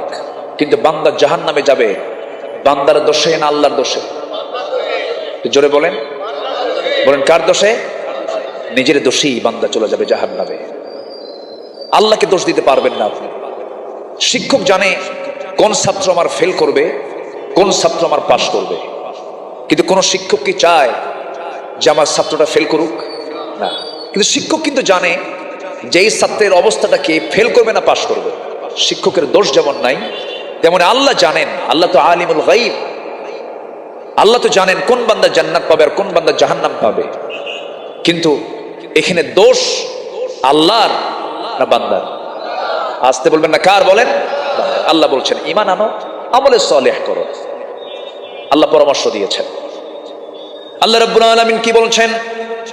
والذين آمنوا وعملوا الصالحات أولئك أصحاب الجنة هم فيها خالدون ঈমান যারা আনবে আমলে সালেহ যারা করবে আমি আল্লাহ রাব্বুল আলামিন তাদেরকে জান্নাতের বাসিন্দা করব সেই জায়গায় তারা চিরকাল অবস্থান করবে জান্নাতে যে একবার ঢুকবে সেখান থেকে আর বের হওয়ার কোনো সুযোগ নাই এর মানে যে সে বন্দী হলো তাও কিন্তু নয় আল্লাহ তাআলা এমন জান্নাত দিবেন জান্নাত জাহান্নামের বর্ণনা যদি দিতে যাই ঘন্টার পরে ঘন্টা লেগে যাবে শুধু এতটুকুই বলি জান্নাত এমন নিয়ামতের জায়গা জান্নাত আল্লাহ তাআলা এমন ভাবে আমার আপনার জন্য রেডি করে রেখেছেন কোন বান্দাকে সর্বশেষ যে জান্নাতটা দেওয়া হবে যাকে সর্বশেষ জান্নাতটা দেওয়া হবে সবচেয়ে ছোট জান্নাত যার জন্য বরাদ্দ হবে 10টা পৃথিবীর মতো একটা জান্নাত জোরে কোন সুবহানাল্লাহ কয়টা পৃথিবী আসতে বলবেন না কয়টা পৃথিবী 10টা পৃথিবীর মতো একটা জান্নাত একটা মিনিমাম ন্যূনতম যে সবচেয়ে ছোট জান্নাত যে পাবে তার জন্য বরাদ্দ হবে আমরা কি জান্নাত পেতে চাই না আসতে বলেন জান্নাত কি পেতে চাই আমরা নামাজ না পড়ে হ্যাঁ আমার দেশে নামাজি বেশি না বেনামাজি বেশি তাহলে কেমন হলো বলে নামাজকে আমরা 5 ওয়াক্ত পড়তে রাজি আছি 5 ওয়াক্ত নামাজ পড়তে রাজি আছি কার একটা হাত তুলে দেখেন তো দেখি জোরে বলেন ইয়া আল্লাহ ইয়া রহমান আমাদেরকে 5 ওয়াক্ত সালাত আদায় করার তৌফিক তুমি আল্লাহ দিয়ে দাও জোরে বলি আমিন আরো জোরে আমিন আরো জোরে আমিন নামাজ পড়লে কে খুশি হয় আসতে বলবেন না কে খুশি হয় বেজার হয় কে বেজার হয় কে শয়তান ফজরের দাম কত জানেন ফজরের 2 রাকাত সুন্নতের দাম হলো খায়রুদ দুনিয়া ওয়া মা ফিহা ফজরের 2 রাকাত সুন্নত যদি কেউ আদায় করতে পারে আল্লাহ তাআলা তাকে এত দাম দিয়েছেন তার জন্য আল্লাহ বলছেন রাকাতাই সালাতুল ফজর খায়রুম মিনাদ দুনিয়া ওয়া মা ফিহা রাসূল দিয়ে এটা বর্ণিত রাসূল নিজে বলেছেন আল্লাহ তাআলা ওই বান্দাকে এত পুরস্কৃত করবেন যে ফজরের 2 রাকাত সুন্নতের দাম হলো এই দুনিয়া এবং দুনিয়ার মাঝে যা আছে তার চেয়েও দামি জোরে বলেন সুবহানাল্লাহ সুন্নতের যদি এত দাম হয় ফরজের দাম তারও কম আসতে বলে ফরজের দাম আরো কম না বেশি আমরা নামাজকে ছেড়ে দেব না জোরে বলি ইনশাআল্লাহ যেখানে নামাজের পরিবেশ নাই সেখানে যাব না রাজি আছেন সবাই যেখানে নামাজের পরিবেশ নাই সেখানে যাব নামাজ কেন্দ্রিক জীবন যাপন আমরা করব আমলে সালেহ যত আছে ঈমানদারের জীবনে যত আমল আছে এর মধ্যে নামাজটা হলো সবচাইতে গুরুত্বপূর্ণ আমল নামাজকে ছেড়ে দেওয়া যাবে না নামাজকে বাদ দেওয়া যাবে না আমার নবীর জীবনে 1 ওয়াক্ত নামাজ কাজা হয়েছে এমন কোন দৃশ্য এমন কোন নজির আমার নবীর জীবনে নাই দৃষ্টান্ত নাই বরং আমার নবীজি জীবনের শেষ সময় পর্যন্ত যখন তারা চলে আসছে রাসূল মারা যাবেন নবীজির নামাজ তবুও কাজা হয় নাই 1 ওয়াক্ত নামাজ তিনি কাজা করেন নাই নামাজ কাজা করা মানে বড় অপরাধ করে ফেলা যদি আপনি বলেন কোরআনকে প্রশ্ন করেন কোরআন তুমি বলো তো জাহান্নামে যাওয়ার 1 নাম্বার কারণটা কি কোরআন বলে দিচ্ছে মা সালাকাকুম ফি সাকার ক্বালু লাম নাকু মিনাল মুসাল্লিন জাহান্নামে যাওয়ার 1 নাম্বার কারণ হলো নামাজকে ছেড়ে দেওয়া নামাজ ছেড়ে দেওয়া 1 নাম্বার কারণ কিন্তু আজকে বহু জায়গায় আপনি যাবেন সেখানে নামাজের কোনো পরিবেশ পাবেন না জনসভার ডাক দিল নেতা কর্মী চলে গেল ফজর গেল জোহর গেল আসর গেল নেতাও নামাজ পড়লো না কর্মীও নামাজ পড়লো না ওই সমস্ত নেতৃত্বের মুখে আমরা জুতা মারি ঠিক কি না নামাজ যারা পড়বে তার সঙ্গে আমার সম্পর্ক আছে না নাই আসতে বলবেন না আছে না নাই আচ্ছা আমরা নামাজি হব নামাজ আমরা রেগুলার করব তাহলে আল্লাহ তাআলা আমার প্রতি রহমত নাজিল করবেন এতে কোনো সন্দেহ পরিবারকে নামাজি বানাবো জোরে বলি ইনশাআল্লাহ আরো জোরে বলি ইনশাআল্লাহ আমার বন্ধুগণ আমার নবীজি সাহাবায়ে কেরামকে জীবনের শেষ যে মেসেজটা তিনি দিয়েছেন উম্মতকে তিনি যে শেষ মেসেজটা দিয়েছেন সেটা হলো নামাজের মেসেজ দিয়েছেন পরিবারকে সব সময়ের জন্য নামাজের জন্য মেসেজটা দেব আমরা সন্তানকে পড়তে বলবো যদি 2 বার নামাজ পড়তে বলবো 1000 বার কতবার 1000 বার ফজরের সময় সন্তান ওঠে না ফজরের সময় সন্তান ঘুমাচ্ছে, আপনি পিতা নামাজে দাঁড়ালেন, সন্তানটা ঘুমায়, আপনার মধ্যে দরদ হলো, সন্তানটা ঘুমাচ্ছে, গভীর ঘুম, না ডাক দেব না, ভুল কথা। আসসালাতু খায়রুম মিনান নাওম, কোনো কথা নাই, কোনো আপিল করা যাবে না। সন্তানকে ডাক দিয়ে উঠায় নিয়া মসজিদে জামাত পান নাই, আপনি বাড়ির মুরব্বী, আপনার পিছনে মুসল্লি হয়ে বউ নামাজ পড়বে, মেয়েরা নামাজ পড়বে, বাড়িকে সেজদার জায়গা বানাতে হবে। আমার নবীজি কোন কোন হাদিসের বর্ণনা, নবীজি ফরজটাকে মসজিদে প্রাধান্য দিয়ে বাকি নামাজগুলো মসজিদে পড়ার জন্য তাকিদ দিয়েছেন, বাড়িতে নামাজ পড়ার জন্য তাকিদ দিয়েছেন। কারণ বাড়িতে যদি নামাজের পরিবেশ সৃষ্টি হয়, ওই পরিবারটা জান্নাতের টুকরা হয়ে যায়। আমরা বাড়িটাকে সেজদার জায়গা বানাবো, জোরে বলি ইনশাআল্লাহ। ড্রয়িং স্পেস থাকে, ডাইনিং স্পেস থাকে। আমি কি ভুল বললাম? আমি কি ভুল বলেছি? অথচ সবার আগে বাড়ি করতে গেলে সবার আগে জায়গা বের করতে হবে। কিসের জায়গা? পরিবার রূপ, নামাজের জায়গা থাকা উচিত। কারণ আমার সবচেয়ে বড় সম্বল হবে একদিন কয়ক্ত নামাজ। আসতে বলবেন না, কয়ক্ত নামাজ। নামাজের মধ্যে মজা পাওয়ার দরকার আছে না নাই? অনেক দেখবেন নামাজি আছে খুব তাড়াহুড়ো করে। মসজিদে এসে যদি ইমামের নামাজ যদি একটু লম্বা হয়, ইমাম যদি একটু লম্বা সূরা ধরে, লম্বা সূরা ধরার কারণে তার লোকমা দেওয়া যায় না। পিছন থেকে ইমামের তেলাওয়াত লম্বা হলেই একটা গলা ঝাড়ি দেয়, মানে হুজুর সময় কম, তাড়াতাড়ি তেলাওয়াতটা শেষ করেন। বুঝতে হবে সে নামাজের মধ্যে মজা পাচ্ছে না, তৃপ্তি পাচ্ছে না। যে নামাজে মজা নাই, তৃপ্তি নেই, বুঝতে হবে তার নামাজের ভিতরে যে সমস্যাটা হচ্ছে অন্যতম কারণ হলো ওয়াসওয়াসা দেওয়ার জন্য তার পিছনে লেগেছে কে? কে লেগেছে? শয়তান লেগেছে। নামাজকে আমরা কন্টিনিউ করব, সুন্দর করব, জোরে বলি ইনশাআল্লাহ। একা পড়বো না জামাতে পড়বো? বুঝে পড়বো না না বুঝে পড়বো? জেনে পড়বো না না জেনে পড়বো? সময় নাও সময়, তাড়াতাড়ি না আস্তে আস্তে, সুন্দর করে আস্তে আস্তে বুঝে শুনে জামাতের সঙ্গে আমরা আদায় করব। নামাজের মধ্যে সাহাবীরা মজা পেয়েছেন। কি মজা পেয়েছেন দেখেন। জাতুর রেখায় আমার নবীজি দুজন সাহাবীকে দায়িত্ব দিলেন যে আব্বাত এবং আম্মার, তোমরা দুজন সীমান্ত পাহারা দাও, শত্রু গতিবিধি লক্ষ্য করো, যেন কোনো শত্রু যেন আক্রমণ না করতে পারে। দুজনকে দায়িত্ব দিলেন, দুজন জাগিয়েছিলেন। হঠাৎ করে আম্মার বলছেন, ভাই আব্বাত, আমার একটু ঘুমের চাপ এসেছে, আমার প্রচন্ড ঘুম লাগতেছে, তুমি একটু পাহারা দাও, আমি একটু ঘুমাতে গেলাম। পাশেই শুয়ে পড়েছেন। সাইয়্যিদিনা আব্বাস রাদিয়াল্লাহু তাআলা আনহু দাঁড়িয়ে তিনি পাহারা দিচ্ছেন। পাহারা দেওয়ার মাঝে মাঝে তিনি মনে মনে চিন্তা করলেন, শত্রু তো কোনো দিকে দেখি না, খামাখা দাঁড়ায় থেকে লাভ কি? ওযু বানালেন, ওযু বানায় নামাজে দাঁড়ায় গেলেন, তাহাজ্জুদের নিয়ত করলেন। প্রথম রাকাত খুব মনোযোগ দিচ্ছেন, যখন রুকুর দিকে যাবেন এমন সময় শত্রু দূর থেকে তীর মেরে দিয়েছে, তার ডান পায়ে সে তীরবিদ্ধ হয়ে গেছে। নামাজ ছাড়তেছেন না, ওই অবস্থায় প্রথম রাকাত পড়লেন। দ্বিতীয় রাকাতে দাঁড়ায় গেলেন।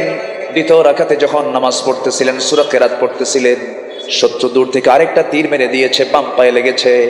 দুই পায়ে তীরবিদ্ধ হওয়া সাহাবী নামাজ ছাড়তেছেন না।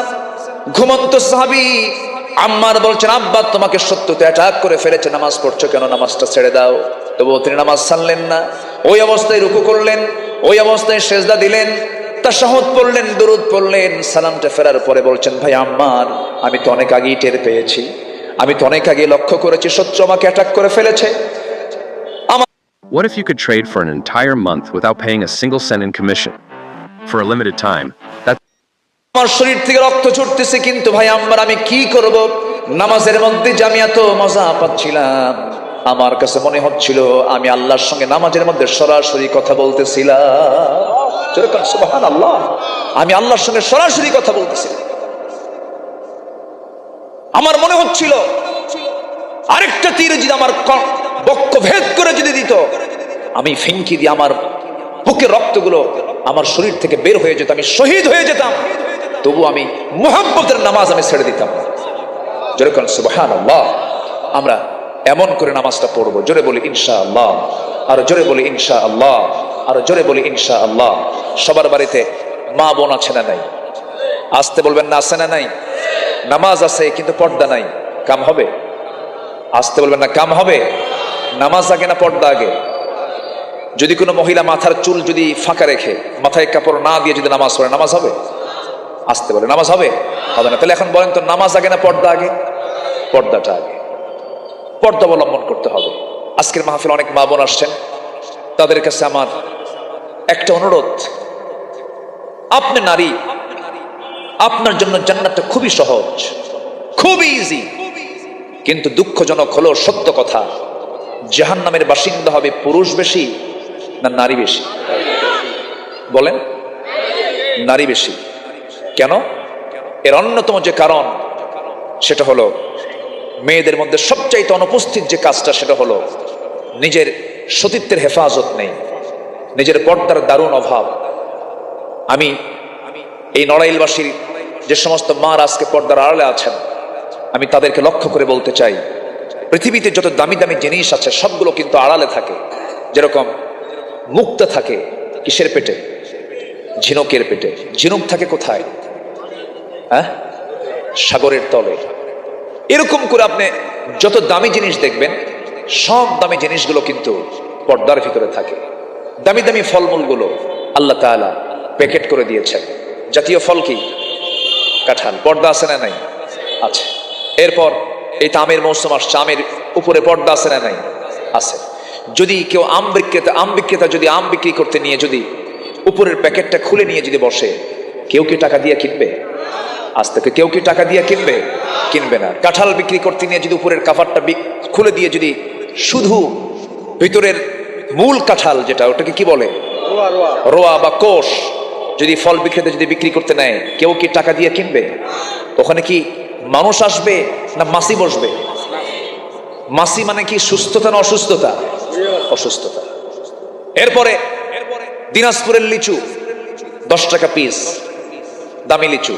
যদি কেউ ভাবে কোনো ফল বিক্রেতা এগুলো সিলে নিয়েই বসি, দেখি তো বিক্রি হয় কিনা, কেউ কি টাকা দিয়ে কিনবে? না। তাহলে দামি দামি ফলমূলও পর্দায় থাকে, দামি জিনিসগুলো পর্দায় থাকে। আমার মা, এই পৃথিবীতে সবচেয়ে দামি হচ্ছেন আপনারা। আমার রাসূল বলেছেন, জান্নাত নামক এত দামি জায়গাটা আল্লাহ তাআলা রেখে দিয়েছেন নারী জাতির পায়ের নিচে। যেরকম সুবহানাল্লাহ। এই সম্মান রক্ষা করার দায়িত্ব মা বোনদের আছে না নাই? আসতে বলবেন না, আছে না নাই? আছে। আমার মা, নেক আমলের মধ্যে আপনাদের জন্য যেটা বলবো, 4টা কাজ আপনি করবেন। নবীজি মশহুর একটা হাদিস, রাসূল বলেছেন, যদি কোনো নারীর মধ্যে 4টা গুণ পাওয়া যায়, নাম্বার 1 হলো 5 ওয়াক্ত নামাজ, নাম্বার 2 হলো রমজান মাসে রোজা, নাম্বার 3 হলো স্বামীকে দাম দেওয়া, স্বামীকে মূল্যায়ন করা, নাম্বার 4 হলো সতীত্বের হেফাজত করা। এই 4টা কাজ পর্দায় থাকে। এই 4টা কাজ যদি কোনো নারী জাগতিক জীবনে যদি এই কোর্স যদি কমপ্লিট করে যেতে পারে, আল্লাহর 8টা জান্নাতের দরজা তার জন্য খোলা থেকে যাবে। জোরে বলি সুবহানাল্লাহ। স্বামীকেও গুরুত্বের চোখে দেখতে হবে। উম্মে সুলাইম নামে একজন সাহাবী ছিলেন, আমার নবীর খুব প্রিয় সাহাবী। আমার রাসূলের খাদিম ছিলেন আনাস বিন মালিক রাদিয়াল্লাহু তাআলা আনহু। তার গর্বিত মা ছিলেন উম্মে সুলাইম রাদিয়াল্লাহু তাআলা আনহা। তার আগের স্বামী ছিল কাফের। সেই কাফের স্বামীর মৃত্যুর পর তার বিয়ে হয় পরবর্তীতে আরেকজন পুরুষের সাথে, সাহাবীর সাথে। সেই বিয়ের মহরণা ছিল হলো উম্মে সুলাইম। উম্মে সুলাইম তাকে এই শর্তে বিয়ে করেন, স্বামী হিসেবে গ্রহণ করেন, সে কোরআন শিখবে, দিন শিখবে, ইসলাম কবুল করবে। আল্লাহু আকবার বলো। স্বামী স্ত্রীর দাম্পত্যময় জীবন ভালোই চলছিল। হঠাৎ করে সেই স্বামীটা বিদেশে যান, দূরদেশ সফরে যান। 7ম দিনে তিনি বাড়িতে আসবেন। তাদের ঔরস একটা সন্তানও ছিল। সেই সন্তানটা সকালবেলা মারা যায়। মারা গেল। উম্মে সুলাইম মনে মনে ভাবলেন, সন্তানটা আমার মারা গেল আজকে, আমার স্বামী বিকেলবেলা আসবে, আমার স্বামী শোকাহত হয়ে পড়বে, কষ্ট পাবে। না, সন্তান মৃত্যুর কথা আমি কাউকে বলবো না। চিন্তা করেন, একদিকে আল্লাহর সন্তুষ্টি, আরেকদিকে স্বামীর সন্তুষ্টির চেষ্টাটা দেখেন আপনি। উম্মে সুলাইম মনে মনে ভাবলেন, না, আমি এই কথা কাউকে বলবো না, আমার সন্তান মারা গেছে, আমি কাউকে জানাবো না, প্রতিবেশীকেও জানালেন না, কান্নাকাটিও নাই। ছোট্ট সন্তান দুনিয়া থেকে বিদায় নিয়েছে। মা চাপা কান্নায় ভেঙ্গে পড়েছেন, কাউকে জানালেন না। স্বামী আমার বিকেল বেলা আসবে আমার বাড়িতে। বিকেল বেলা আসার আগেই সন্তান মৃত লাশ পাশের ঘরে শোয়া দিয়ে চাদর মুড়ি দিয়ে আস্তে করে শোয়া রেখেছেন। স্বামী যখন আসবেন স্বামীকে সন্তুষ্ট করার জন্য মাথা থেকে পা পর্যন্ত তিনি ডেকোরেট হয়েছেন, সুন্দর করে সাজুগুজু করে নিয়েছেন। একটা মেয়েরা সাজবে হলো একটাই উদ্দেশ্য, সেই সাজানোটা দেখাবে একমাত্র কাকে? আসতে বলবেন না কাকে? স্বামীর সামনে সেনা শাড়ি, মার্কেটে যেতে নতুন শাড়ি, আছে না নাই? আছে না নাই? স্বামীর সামনে কোনো সুগন্ধি ব্যবহার করে না, স্বামীর সামনে কোনো ডেকোরেশন নাই, কিন্তু বাইরে গেলে ডেকোরেশনের অভাব নাই। এই সমস্ত নারীকে রাসূল বলেছেন দায়ুস নারী। কি নারী? দায়ুস, বেহায়া তারা, এদের স্বামী যারা তারা দায়ুস। সম্মানিত ভাইয়েরা, উম্মে সুলাইম রাদিয়াল্লাহু তাআলা আনহা সন্তানকে পাশের ঘরে শোয়ায় রেখে একদম স্বামী আসবেন অভিনয় শুরু করেছেন। সন্তান কিন্তু মারা গেছে, বুকে চরম ক্ষত, চরম আহত তিনি। সপ্তম দিনের মাথায় স্বামী যখন দরজার কাছে চলে আসছে, সালাম বিনিময় হয়ে গেল, স্বামীকে বরণ করে নিলেন। স্বামীকে বরণ করে নিয়ে কিতাবের মধ্যে আসছে সহবাস হয়ে গেল, ইন্টারকোর্স কমপ্লিট হয়ে গেল, স্বামীটা নাপাক হয়ে গেলেন।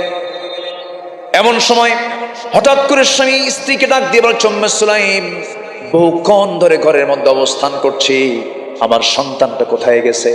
আমার সন্তান তো দেখি না আমি। উম্মে সুলাইম আবেগটাকে আর ধরে রাখতে পারলেন না, চোখের পানি ফেলে ফেলে বলছেন, স্বামী আমার, আপনার সন্তানের তথ্য কতক্ষণ পর্যন্ত গোপন করব? আপনার সন্তান তো এমন দেশে বেড়াতে গেছে যে দেশ থেকে মানুষ আর কোনোদিন ফিরে আসে না।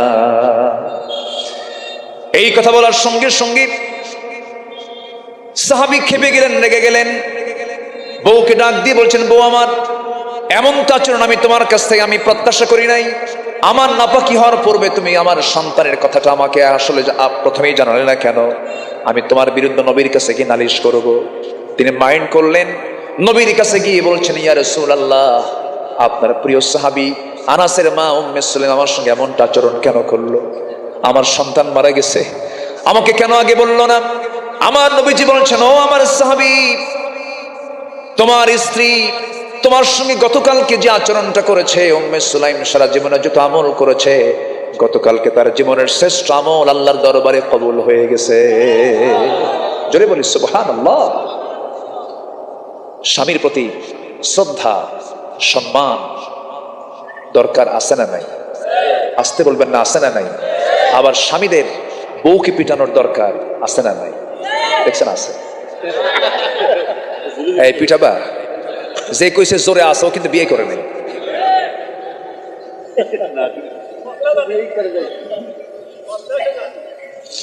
বউকে মারা যাবে? আসতে বলে, বউকে মারা যাবে? বউ কি চাকর? বউ কি কোনো চাকরানি? যারা বউকে চাকরানি মনে করেন তাদের মাইন্ড কি ঠিক আছে না ভুল আছে? কখনো বউকে কেউ চাকরানি মনে করবেন না। সাইয়েদনা ওমর ফারুকের মতো মানুষ, যার নাম শুনে রোম পারস্য থরথর করে কাঁপত, তিনিও তার স্ত্রীকে খুব সম্মান দিয়ে কথা বলেছেন। কিছু বললে কান পেতে শুনতেন, তর্ক করতেন না। এক সাহাবী এসে সাইয়েদনা ওমর ফারুকের কাছে বলেন, ভাই, আমি আপনার কাছে একটা সমস্যা নিয়ে আসছি। আচ্ছা বসো, আমি আসতেছি। ভিতরে গেছেন, সাইয়েদনা ওমর ফারুকের সঙ্গে তার স্ত্রী চরম বাকবিতণ্ডা, চরম ঝগড়া। এই ঝগড়ার দৃশ্য দেখে ওই বেচারে চলে যাচ্ছেন। সাইয়েদনা ওমর ফারুক বাইরে এসে বলতেছেন, এই তুমি কেন আসলা, কেন গেলে? কিছুতে বললে না। যে সমস্যা নিয়ে আসছিলাম আপনার কাছে, এসে দেখে আপনার ঘরে ওই সমস্যা। কি হয়েছে? আপনার বউ আপনার এত কিছু বললো, আপনি একটা উত্তর দিলেন না, তা আপনি আমার কি বিচার করবেন? সাইয়েদনা ওমর ফারুক বললেন, দেখো, আমি ওমর, আমার হুঙ্কারে পৃথিবীর কাফেররা মুশরিকরা থরথর করে কাঁপে। সেই ওমরের সামনে ওমরের বউ এত কিছু বলল, ওমর কিছু বলছে না, তুমিও কিছু কইও না, যাও। জোরে বলেন সুবহানাল্লাহ। হ্যাঁ, আমার নবীজি বউকে খাওয়াতেন, সুবহানাল্লাহ বলবেন না? আমার নবীজি বউকে আগে সালাম দিতেন। সালাম দিবেন? দেখেন কিছু কয় না। সালাম দিবেন না ইনশাআল্লাহ? জোরে বলেন ইনশাআল্লাহ। সারা জীবন তো বুড়া চাচা সালাম দেন নাই, আজকে যে সালাম দিলে বলবে বুড়া বয়সে ভাক্কা শুরু করছো না। কিন্তু তা বলুক, তাও সুন্নত আদায় হয়ে যাক। আম্মা জান আয়েশা বলেন, এগুলো কিন্তু আমলে সালেহ, এগুলো কি নেক আমল। মা আম্মা জান আয়েশা বলেন, আমি দুধ নিয়ে গিয়ে, উটের দুধ রাসূল খুব পছন্দ করতেন, উটের দুধ নিয়ে গিয়ে রাসূলের হাতে দিতাম। রাসূল বলতেন, আয়েশা আমার চরিত্র কি জানো, আমি কখনো আগে খাই না, আমি আগে খাওয়াই। আগে তুমি খাও, এরপর আমি খাবো। যেরকম সুবহানাল্লাহ। আম্মা জান আয়েশা বারবার চেষ্টা করছেন, পারছেন না। আম্মা জান আয়েশা বলেন, আমি যখন দুধ খেলাম, নবীজি ঘাড় একটু বাঁকা করে আমার দিকে চেয়ে আছেন, আমি কেমন করে দুধ খাই। আমি গ্লাস যেদিকে লাগাইছি রাসূল সেই দিকে তাকায় থাকলেন, মার্কিং করলেন। আমি দুধ খেয়ে যখন একটু রেখে দিয়েছি, রাসূল গ্লাসটা হাতের মধ্যে নিলেন, নিয়ে আমি যেদিকে ঠোঁট লাগাইছি আমার রাসূল সেই দিকে ঠোঁট লাগায় বাকি দুধ পান করে নিলেন। মোহাব্বতটা হলো ঘরের মধ্যে, কিন্তু সেই মোহাব্বত আজকে ঘরের মধ্যে নাই। সেই মোহাব্বত চলে গেছে বটতলা আর তালতলা, ঠিক কিনা? 14ই ফেব্রুয়ারি আসিতেছে, আলহামদুলিল্লাহ, আসতেছে না? ওটার নাম ভালোবাসা। 14ই ফেব্রুয়ারির নাম, ওটার নাম ভালোবাসা। ভালোবাসা কি বটতলা না নিজের ঘরে? নিজের ঘরকে ভালোবাসার ঘর বানায় ফেলেন। নেক আমলগুলো করতে হবে। নবীজি কখনো আগে খান নাই, আগে খাওয়ায়া দিয়েছেন। এ তো নবীর ঘরের চরিত্র। আবার সাহাবে কেরামদের সঙ্গে আমার নবীজির কি মিলমিশ ছিল দেখেন। আমার বন্ধুগণ, সবচাইতে আমার নবীজি দুটো জায়গায় বেশি কষ্ট পেয়েছেন। একটা হলো তায়েফের ময়দানে, আরেকটা হলো খন্দকের পরীক্ষা খনন করার সময়। একাধারে তিনি 3 দিন 3 রাত না খাওয়া ছিলেন তায়েফে গিয়ে। আর খন্দকের পরীক্ষা খনন করার সময় অভাবের কারণে খাদ্য নাই, খাদ্যের ঘাটতির কারণে একটা না 4 দিন 4 রাত আমার নবীর পেটে কোনো খাবার যায় নাই, খাবার খেতে পারেন নাই। নবীজির প্রচন্ড ক্ষুধা, কিন্তু কাউকে টের পেতে দিচ্ছেন না। কিন্তু সব সাহাবী তো একরকম নয়। সবাইকে আবু বকর বলেন, সবাইকে আবু বকর? সাহাবীদের মধ্যে ক্লাস আছে না নাই? আছে। তো একজন সাহাবী নবীজির এই ক্ষুধাটা সবাই না টের পেলে উনি টের পাইছেন। রাসূল না খেয়ে আছেন, উনি এটা মার্ক করছেন। কাছাকাছি গেলেন, কাছাকাছি গিয়ে লক্ষ্য করে দেখেন আমার নবীজির জামার নিচে পেটে পাথর বাঁধা, পাথর বেঁধেছেন ক্ষুধার যন্ত্রণা সহ্য করতে না পেরে। সেই সাহাবী কাঁদতে কাঁদতে বলছেন, ইয়া রাসূলুল্লাহ, আমি কিন্তু দেখে ফেলেছি আপনার পেটে পাথর বেঁধেছে। নবীজি বললেন, সাহাবী তুমি দেখলে কেমনে? কেউ তো আমার এটা দেখে নাই। হুজুর, আমি আপনাকে খুব কাছ থেকে চিনি, আমি আপনাকে খুব ভালোবাসি। হুজুর, আপনি কাউকে বলেন না, আমি আপনাকে আমার বাড়িতে একটু লুকায় নিয়ে যাব। ছোট্ট একটা ছাগল আছে তো, আপনাকে খাওয়াবো। আপনি কি রাজি আছেন? হ্যাঁ, তুমি যাও। বাড়িতে ছোট্ট 6 কেজি ওজনের একটা ছাগল জবাই করলেন। বউকে বললেন, রান্না বান্না করো, আমার জীবনের শ্রেষ্ঠ দিন আজকে, আমার বাড়ির মেহমান হবেন মুহাম্মদুর রাসূলুল্লাহ। রান্না বান্না হলো, নবীর কাছে আসলেন, ইয়া রাসূলুল্লাহ, রান্না বান্না হয়ে গেছে, কিন্তু হুজুর সবাইকে বলা যাবে না। কিন্তু আমার নবীজি বললেন, সাহাবী তোমার কি মনে হয় আমি সবাইকে রেখে একা একা খাবো? সুবহানাল্লাহ বলবেন না? নেতা কাকে বলে? যুদ্ধের সেনাপতি কাকে বলে? আদর্শ কাকে বলে? রাসূল বললেন, আমার সাহাবী না খেয়ে থাকবে, আমি একা একা খাবো? অসম্ভব ব্যাপার, এমন চরিত্র আমার না। জাবের, চিন্তা করো না, ব্যবস্থা একটা হবে। সাইয়েদনা জাবের তো ঘাবড়ে গেলেন, আমার তো ছোট্ট ছাগল, এখন কি যেন করে রাসূল। আমার নবীজি সাহাবে কেরামকে লক্ষ্য করি, সামনের দিকে তাকায় সবাইকে লক্ষ্য করে বলছেন, সাহাবীরা শোনো, আমার জাবের বড় শখ করেছে দাওয়াত খাওয়াবে, আমাকে দাওয়াত দিয়েছে, আমি তোমাদের সবাইকে দাওয়াত দিলাম, চলো আমরা সবাই মিলে জাবেরের বাড়িতে চলে যাই। যেরকম সুবহানাল্লাহ। সাইয়েদনা জাবের বলছেন, হুজুর আমার তো ছোট ছাগল, আমি কি করব? আমার নবীজি বললেন, ও জাবের, তুমি চিন্তা করো না, বান্দা যার রিজিকের দায়িত্ব তার। যেরকম সুবহানাল্লাহ। বান্দা যার রিজিকের দায়িত্ব তার।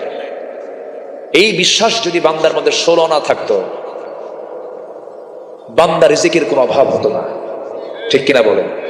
মারামারি লাগতো না, এই খাই খাই হতো না। কিন্তু বান্দার বড় এই নির্ভরতার বড় অভাব আল্লাহর উপরে, যে আল্লাহ আমাকে খাওয়াবেন। আমার নবীজি জাবিরকে বললেন তুমি চলে যাও, আমরা আসতেছি। বাড়িতে গিয়ে বলছেন বউ আমার শোনো, কাম তো সারছে, কি দাওয়াত তো দিলাম, কিন্তু রসুল তো একা আসতেছে না, সব সাহাবী আসতেছে। স্ত্রী বলছেন স্বামী আমার আপনি চিন্তা করেন কেন? কেন চিন্তা করেন? বান্দা যান, রিজিকের দায়িত্ব তার। এটা জোরে বলেন সুবহানাল্লাহ। মেহমান বেশি আসলে, মেহমান ঘন ঘন আসলে কিছু কিছু বাড়ির বউ খুব খুশি হয়, আর কিছু কিছু বাড়ির বউ খালি বলে কি বলে বলেন বলেন, এটা আওয়াজ দেন।